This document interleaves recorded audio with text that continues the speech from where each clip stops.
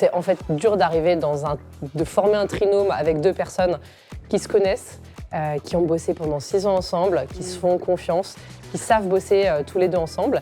On a levé hyper vite. Moi, j'étais bluffée, j'avais jamais fait de process de levée de fonds. Et on voulait lever moins, on voulait lever 1,5 million. Et le fonds qui nous a reçus, qui nous a dit « J'aime bien votre projet, vous n'êtes pas assez ambitieux, on va mettre 3 ». Bonjour Caroline. Bonjour Nelly. Comment vas-tu? Très bien, et toi? Est-ce que tu as ton ticket? Évidemment. Merci, je le prends et je t'amène à rejoindre le wagon du roller coaster. Oula, ça commence. Pas se prendre...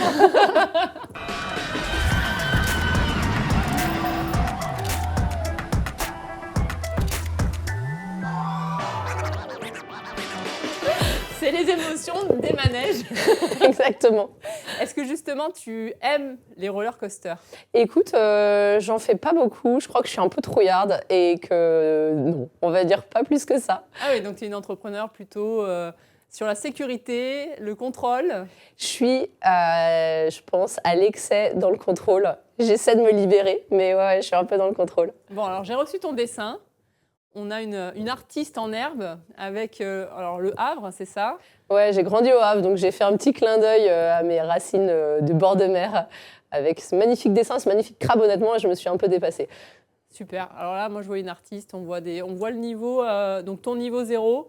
Et bon, il y a eu quelques descentes, on va en parler, les remontées, de l'amour, des chapeaux, des crabes, on va en parler. Ouais. On s'installe dans le wagon, est-ce que tu es prête? Je suis prête. Super, est-ce que tu peux te présenter en quelques mots? Alors en quelques mots, donc moi je suis Caroline, j'ai 41 ans, 3 enfants, j'ai grandi au Havre, je suis arrivée à Paris après le bac et depuis je n'ai pas quitté Paris, donc je suis malheureusement ou heureusement, je ne sais pas, aujourd'hui plus parisienne qu'havraise.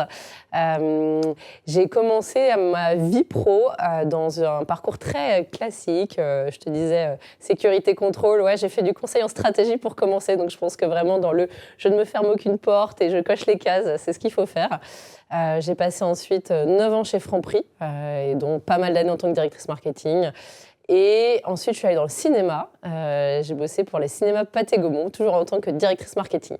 Donc, c'était le marketing qui te plaisait, la notion de branding, tu es allée dans ce secteur-là parce qu'on change de secteur quand on est dans le marketing, mais c'était quoi qui te plaisait vraiment dans le market? Écoute, ça va te faire rire, mais quand je suis arrivée chez Franprix, j'étais DGA et un jour, le directeur marketing de l'époque s'en va. Mon boss, donc le DG de Franprix, me dit « ça te tente ?» Je me suis dit « allez, ok ». J'avais fait une majeure finance à l'école, donc autant dire que je n'étais pas faite pour faire du marketing à la base. Et j'ai une chance incroyable sur ça parce qu'il m'a fait confiance et vraiment, je pense que c'est un fit perso qui fait qu'il m'a donné ce job. Mes premiers meetings de marketeuse, je n'y comprenais rien. Je n'avais jamais fait d'études en marketing. Bon, maintenant, ça fait 15 ans que je le fais, donc on va dire que je suis très rodée. Mais et j'adore le marketing B2C. J'adore le fait d'avoir un impact dans la vie des gens. Moi, je suis très, très B2C, c'est-à-dire que le B2B, je trouve qu'il y a plein de techniques de marketing intéressantes. Mais non, moi, ce qui me plaît, c'est de changer la vie des gens. Et c'est ce que je fais aujourd'hui avec Pixway. Super, donc finalement, c'est cet impact que tu peux apporter dans le quotidien des consommateurs, c'est ce qui fait le terrain, finalement, tu as construit. Parce que comme tu disais, tu n'as pas été dans le marketing dès le départ, donc tu t'es construit sur le terrain. Exactement, ouais. Je me suis construite sur le terrain avec des entreprises hyper variées, c'est-à-dire que quand tu es chez Franprix, tu fais pas du tout la même chose en marketing que chez Pixpay où c'est très très digital, c'est du service, avant c'était du produit, donc rien à voir. Donc ouais, je me suis formée sur le terrain. La meilleure école? Ouais, la meilleure. Aujourd'hui, j'ai envie de dire la meilleure école. Et puis quand tu commences à monter ta boîte, que tu es toute seule et qu'avant tu gérais 45 personnes, en fait, tu mets les mains dans le cambouis. Donc cette espèce de petit syndrome d'imposteur en fait, je fais des trucs, mais je sais pas trop les faire, c'est mes équipes qui les font. Quand tu l'as fait et que c'est toi qui as été te poser toutes les questions sur tous les sujets, tu deviens hyper légitime et tu te sens beaucoup plus à l'aise dans ton métier au quotidien. Alors, on commence le roller coaster, on voit un cœur.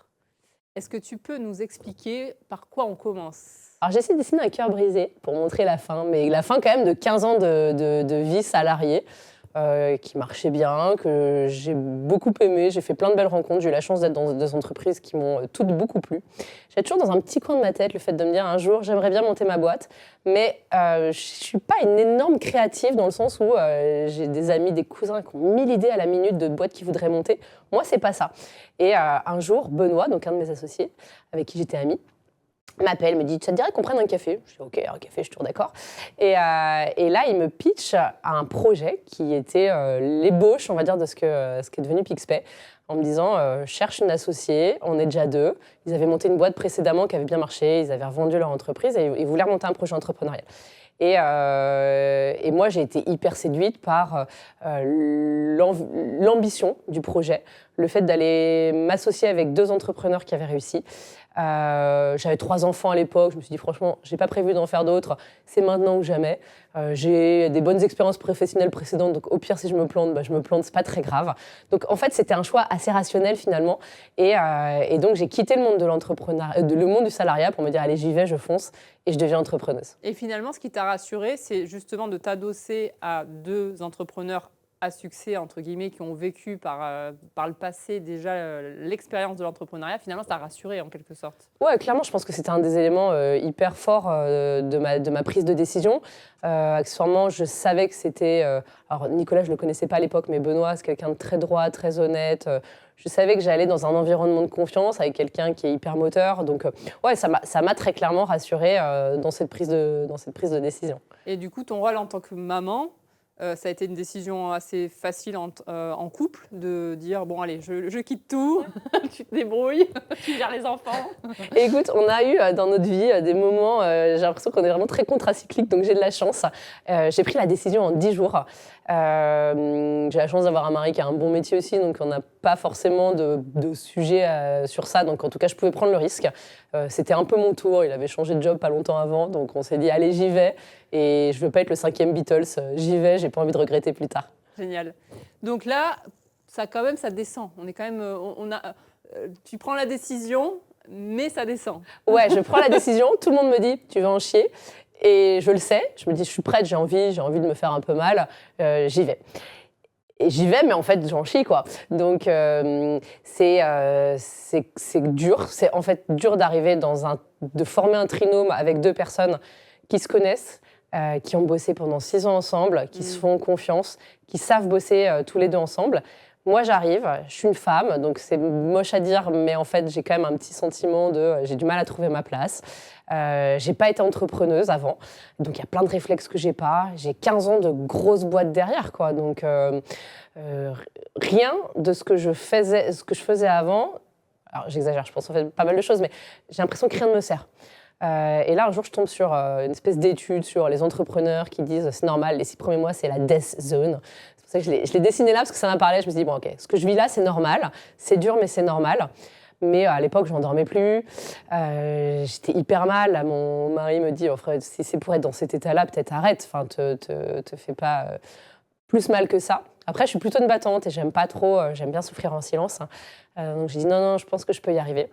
Et finalement, c'était vraiment cette situation où tu ne trouvais pas ta place à travers ces 2 entrepreneurs qui, eux, avaient l'habitude, finalement. J'ai eu ça, ouais. J'ai eu le fait de ne pas réussir à trouver ma place, de ne pas me trouver légitime.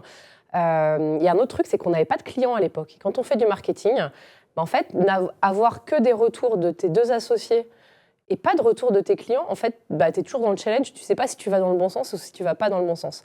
C'est pour ça que j'ai mis un petit cœur sur le launch après, parce qu'en fait, ça a été un peu un moment hyper fondateur pour moi, parce que, en plus, on a eu de la chance, ça s'est bien passé dès le début, mais ça me légitimait dans le fait que mes décisions étaient les bonnes décisions, parce qu'en fait, tu analyses forcément, tu testes des choses, ça marche pas.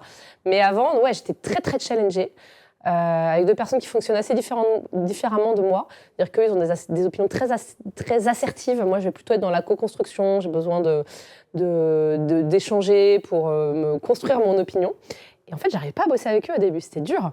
Et puis en plus, comme je suis un peu réservée, je voulais pas leur en parler, donc je leur disais pas que ça allait pas. Bon, ils le savent aujourd'hui, donc ils rigoleront en écoutant ce que je dis là. Mais ouais, je souffrais en silence, en me sentant totalement illégitime. Et puis c'était beaucoup de digital que j'avais pas forcément fait avant, donc j'apprenais énormément. Et puis comme j'avais beaucoup de sujets, j'avais pas le temps de me mettre un peu profondément dans les sujets que je maîtrisais pas. Donc ça a été vraiment la brasse coulée. Et puis, j'ai mis Pierre et Barbara arrivent, c'est les 2 premières personnes de mon équipe qui sont arrivées, c'était à l'été 2019. Et là, j'ai senti que je pouvais commencer à faire surface. C'est-à-dire qu'il y avait des moments que je trouvais encore très durs, Mais il y avait vraiment des moments où je me suis dit, c'est cool, j'ai une équipe. Et je retrouvais aussi ce côté managérial que j'aime bien, le fait de bosser avec une équipe que j'avais construite. Et là, j'ai commencé à voir l'allure, en disant, je pense que ça va finir par être cool. Les 6 mois d'après ont été quand même... allez, je remontais la pente, j'étais dessus. Et puis après, il y a eu le lancement, fin d'année 2019. Et là, c'était parti. Et finalement, le fait d'être dans des grands groupes, en fait, tu as senti la fracture dans le sens où, dans un grand groupe, tu as les moyens, tu as les ressources, c'est déjà là, en fait, en quelque sorte.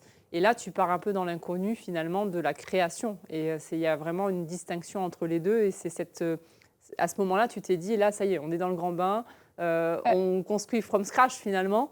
Et tu as commencé à voir les étapes de la création de votre idée se mettre en place petit à petit, quoi. Exactement. Mais tu as raison sur plein de choses. C'est-à-dire que quand tu es dans une grande entreprise, tu as un problème, tu appelles une agence. Donc en fait, c'est facile d'appeler une agence et de dire là, je trouve que c'est pas terrible. Et on te propose 3 idées, tu prends la meilleure, tu challenges un peu, hop, c'est fait. Bon, je caricature parce qu'il y a plein d'autres trucs qui sont compliqués, mais en tout cas, c'est vrai que tu as des ressources. Tu as un problème juridique, tu appelles ton juriste, il va te le dépatouiller. Tu veux recruter, tu dis je cherche tel poste pour bosser chez Franprix. Les gens ils connaissent Franprix, donc en fait, ils vont venir. Ma première, ça m'a fait marrer parce que la première fois que j'ai fait une petite fiche de poste pour recruter chez Pixpay, j'ai fait la même chose que j'aurais fait chez Franprix en décrivant ce que c'était Pixpay. Et là, Benoît me dit mais non, il faut que tu fasses rêver, les gens ils ne te connaissent pas. On est la fintech, la pépite européenne et tout ça. Donc je finis par remettre des caisses en me disant ouais, il faut que je m'adapte, quoi. Pareil, trouver des agences. J'avais quand même besoin d'une agence créa pour le branding. En fait, moi, les agences avec lesquelles je bossais avant, c'était les leaders du secteur, BETC & Co. Autant dire que je ne vais pas bosser avec BETC chez Franprix et chez Pixpay. Donc voilà, il a fallu que je refasse tout mon réseau, que j'apprenne à identifier les personnes avec lesquelles je pouvais bosser et que je mette les mains dans le cambouis. Mais ça, j'ai adoré pour le coup. Je trouvais ça dur. Le bootstrapping. Exactement. Exactement. Donc en fait, bootstrapping, pour ceux qui ne connaissent pas, c'est le fait de commencer from scratch, de zéro, et de co-construire avec les moyens du bord. Donc on apprend à être débrouillard, à faire du troc, à faire des partenariats, à chercher les solutions, les plans B, quoi, le système. Ouais. Donc c'est ça l'entrepreneuriat finalement. C'est exactement ça. J'avoue que je trouve ça hyper excitant aujourd'hui parce qu'en plus il y a une vraie solidarité, je trouve, de start-upers. On a un petit réseau Slack de directeurs marketing où on s'échange des bons plans sur comment tu t'organises et est-ce que tu connais pas quelqu'un, est-ce que tu veux pas qu'on fasse un truc ensemble sur ça. Et je trouve qu'il y a une espèce d'émulation et d'entraide qui est hyper forte et que j'adore et qui, moi, me porte beaucoup dans mon quotidien. Le réseau. Le réseau, exactement. Donc là, on continue. Donc le launch, 3 millions d'euros entre-temps sur l'algue que je vois. Ouais, c'était au début, pendant cette death zone, en fait. On s'est dit, bon, quand même, il faut lever un peu d'argent. Ah, quand même. Ouais, quand même. L'avantage de le faire avec 2 entrepreneurs, et puis on a quand même 3 profils, on est assez sécure, je pense. On avait tous les 3 entre 36 et 38 ans, posés, bonnes études, bons profils. Donc on se dit, il faut qu'on lève des sous, et en fait, on a levé hyper vite. Moi, j'étais bluffée, j'avais jamais fait de process de levée de fonds sur la base d'un joli PowerPoint et de 3 écrans qui étaient dessinés sur un PowerPoint. Et on voulait lever moins, on voulait lever 1,5 million. Et le fonds qui nous a reçus, qui nous a dit « J'aime bien votre projet, vous n'êtes pas assez ambitieux, on va mettre 3 ». Ah oui, ouais. Donc là, on est dans l'American Dream, en quelque sorte. Exactement, le truc a été hyper rapide, ça m'a fait rire. Donc non, c'est vrai qu'on a eu la chance de lever très vite pas mal d'argent, de se sécuriser. Et ça nous a permis de se concentrer sur le lancement. Et on a passé 1 mois et demi sur la levée de fonds, mais pas plus. Donc, mais ça, c'est incroyable. Ouais. C'est en tout petit, mais c'est incroyable. Tu sais que c'est le rêve de beaucoup d'entrepreneurs de lever en 1 mois et demi 3 millions d'euros.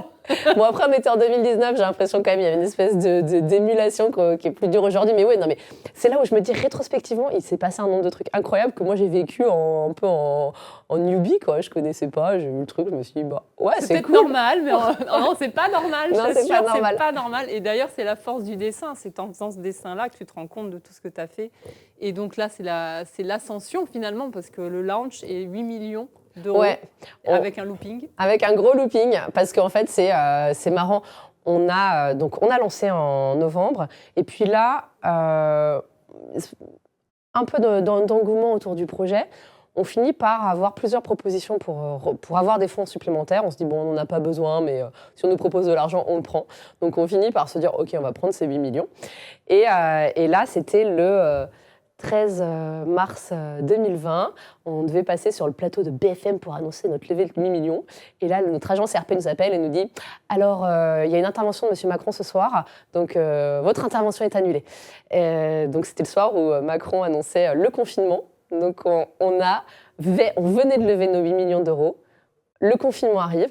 Et là, on se dit « Mais heureusement, quoi. » On ne savait pas du tout qu'est-ce qui allait se passer.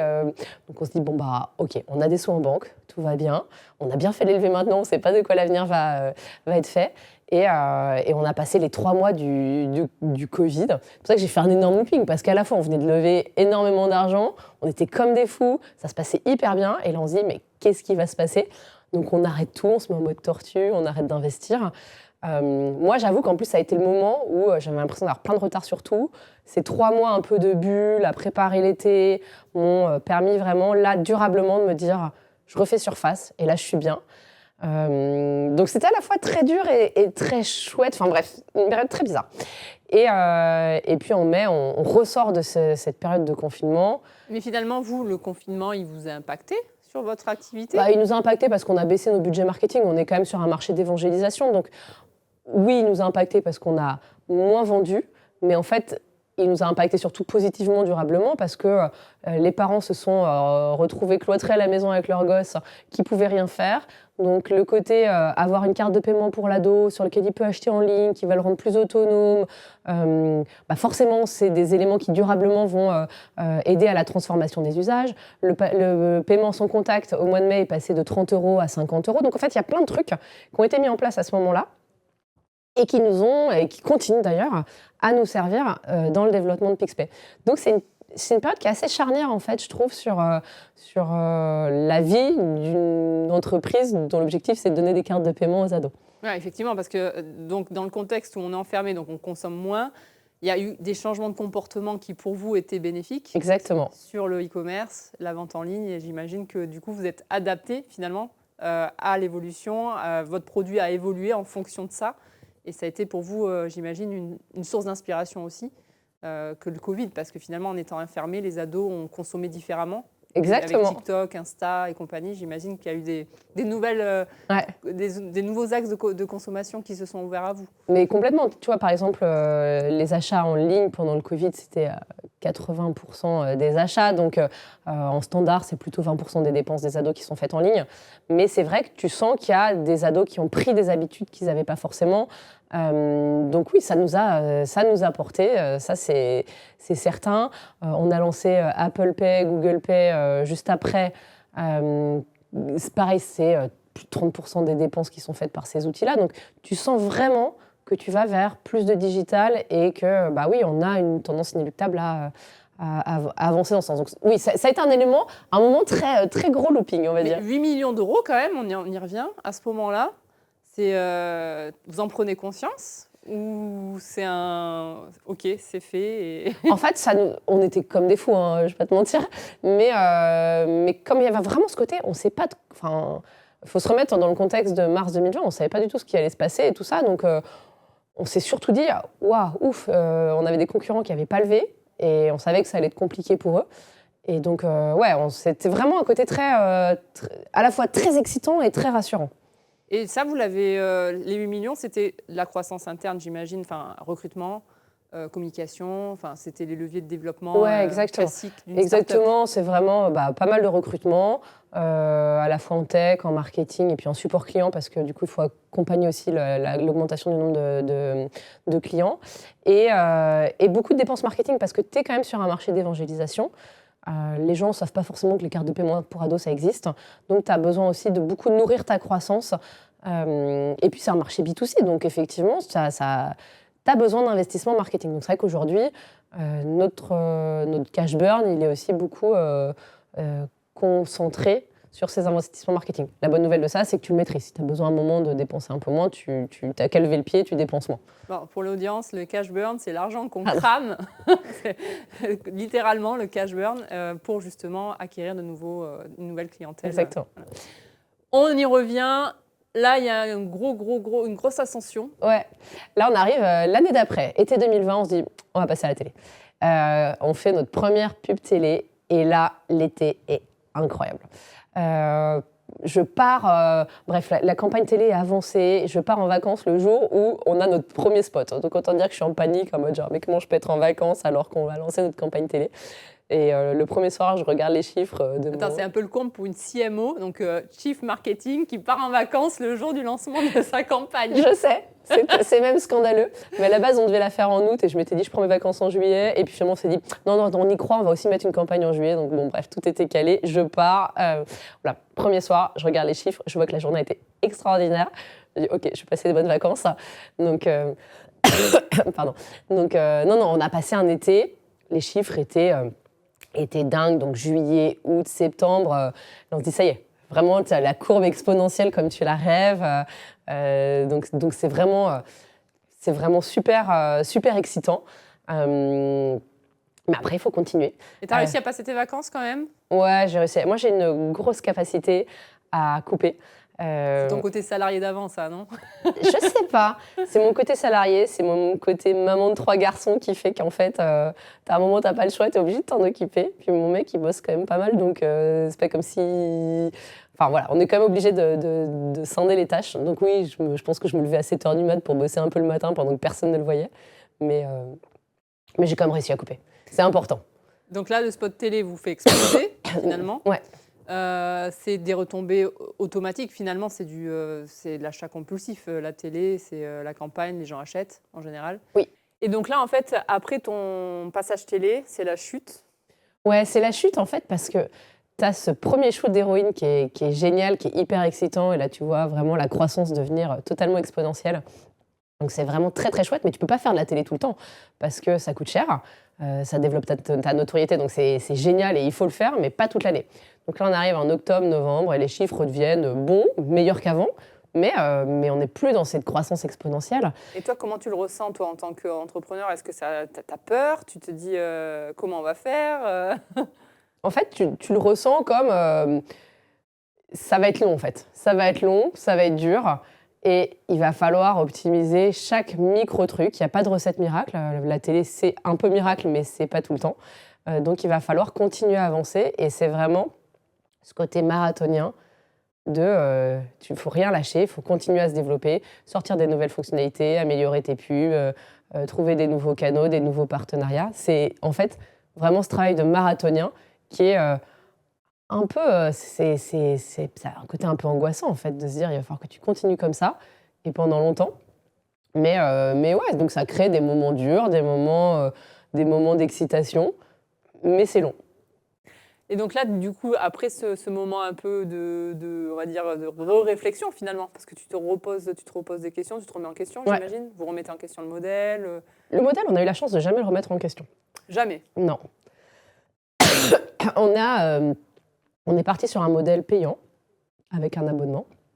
On est parti sur un sujet d'éducation financière. On voulait vraiment contribuer à l'éducation financière de la jeune génération. Et ça, depuis le début, on le tient. Et franchement, ça, c'est génial parce que tu as vraiment l'impression de creuser le même sillon et de ne pas avoir à pivoter. Donc nous, on n'a pas pivoté et ça, c'est quand même génial. Ça, c'est un peu la règle un peu à la Apple, c'est-à-dire que revenir toujours aux racines du why, pourquoi on le fait, et finalement, qui est finalement le fil conducteur de toute ton entreprise. Exactement. Mais en fait, tu peux aussi avoir fait des bonnes premières décisions et puis tu peux ne pas les avoir faites. Et dans ce cas, tu n'as pas le choix que de pivoter. Et c'est vrai qu'en plus, on a été vachement challengés au début, notamment sur le modèle payant, parce qu'il y avait d'autres startups qui s'étaient lancées sur un modèle complètement gratuit. Et nous, on s'était dit non, en fait, il faut embarquer le parent dans l'affaire. Ce produit n'a pas de valeur s'il n'est pas payant. Il faut construire des fonctionnalités qui vont parler aux parents. Et donc, on est vraiment parti sur ça et on n'a pas changé, malgré... plein de pression de tous les côtés pour dire non mais allez plus vite, faites un truc gratos, vous monétiserez plus tard. Et en fait non, on n'a pas fait ce choix-là. Donc là, après des petites vagues, on monte petit à petit vers le Noël. Ouais, Noël c'est aussi une grosse période d'activité, donc toujours pareil, très excitant. Donc on va dire qu'on a un an et demi où ça avance, on continue à développer, on voit qu'on émerge, qu'il y a d'autres concurrents qui arrêtent, on sent qu'on émerge durablement par rapport aux autres et on continue à se développer. Donc ça c'est à la fois c'est dur, mais c'est une période qui est finalement assez stable dans son développement. Avec une 50aine de collaborateurs. Aujourd'hui, une 50aine. Je pense qu'à l'époque, on devait plutôt être 35 peut-être pour le développement de Pixpay. Ouais. Et Noël, ça s'écroule encore. Ça s'écroule parce qu'en fait, ça s'écroule sans s'écrouler. Mais on voulait relever des fonds à ce moment-là. Et nous approche GoHenry. GoHenry, c'est un concurrent au Royaume-Uni qui fait la même chose que nous, qui nous dit on veut se développer en Europe, on aimerait bien discuter avec vous. Donc, on avait à la fois un process de levée de fonds et GoHenry qui nous approche. On sentait qu'on était un peu... décembre 2021, on sentait que c'était vraiment la fin de la bulle de la levée de fonds facile, que ça devenait plus compliqué de lever de l'argent. On trouvait que l'histoire mondiale d'un groupe qui fait de l'éducation financière pour la jeune génération, ils étaient présents au Royaume-Uni, aux USA, nous on était présents en France, en Espagne, pas encore en Italie à l'époque. On s'est dit que ça avait vachement de sens en fait, de construire un gros groupe. Et donc on a décidé de rentrer dans un process de rachat avec GoHenry, qui a en fait pris 6 mois. Et donc là, j'ai fait des petits roller coasters, vraiment le truc qui donne un peu la nausée, parce que ça tourne dans tous les sens. On a cru 10 fois qu'on n'allait pas signer. Ça a été vraiment un moment dur. Et puis, du coup, on était un peu en mode retortu. On dépense pas trop, parce que comme on devait des fonds, on arrivait quand même un petit peu au bout de cette poche d'argent qu'on avait. Donc, on savait qu'il fallait qu'on soit prudent, qu'on ne se mette pas en risque. Mais c'est une période qui a été objectivement très compliquée, très stressante. Ça a été... Je l'ai mise assez haute, en fait, mais je crois que ça a été ma deuxième phase de... Je ne dormais plus, quoi. Cette phase-là, je ne dormais plus. Parce que finalement, c'est vrai que quand tu lèves 8 millions, mais que tu as 30 salariés, ce qu'il faut dire aux gens, c'est que par mois, tu crames à peu près... 500 000. 500 000 euros. Ouais, c'est beaucoup. Il faut faire les maths rapidement. On se rend compte que 8 millions, ça paraît énorme. Mais quand on paye l'URSSAF et compagnie, finalement, ça part très très vite. Ça part super vite. Donc non, on a de la chance. Le rachat se finalise en juin. J'aurais pu mettre un pic, je ne l'ai pas fait. Tu vois, d'ailleurs, c'est marrant comme quoi. Tu vois, ça n'a pas été si marquant que ça. En fait, non, si, ça a été une vraie grosse étape. C'est l'étape où en fait, je suis redevenue salariée. C'est-à-dire que jusque-là, j'étais entrepreneuse. Je me sens toujours très entrepreneuse en vrai. Mais je suis redevenue salariée. On savait qu'on était sur un groupe qui était beaucoup plus solide, beaucoup plus stable. Donc, ça nous a apporté beaucoup de rassurance à ce moment-là. Mais du coup, dans un process il faut optimiser les coûts, il faut rentabiliser. Donc, c'est vrai que ça n'a pas été non plus l'euphorie du rachat parce que derrière, en fait, tu continues. Et puis tu continues en disant non, faut qu'on soit sur la voie de la rentabilité, ce qui n'était pas forcément le cas avant. On était vraiment plutôt dans une phase d'hypercroissance. Okay.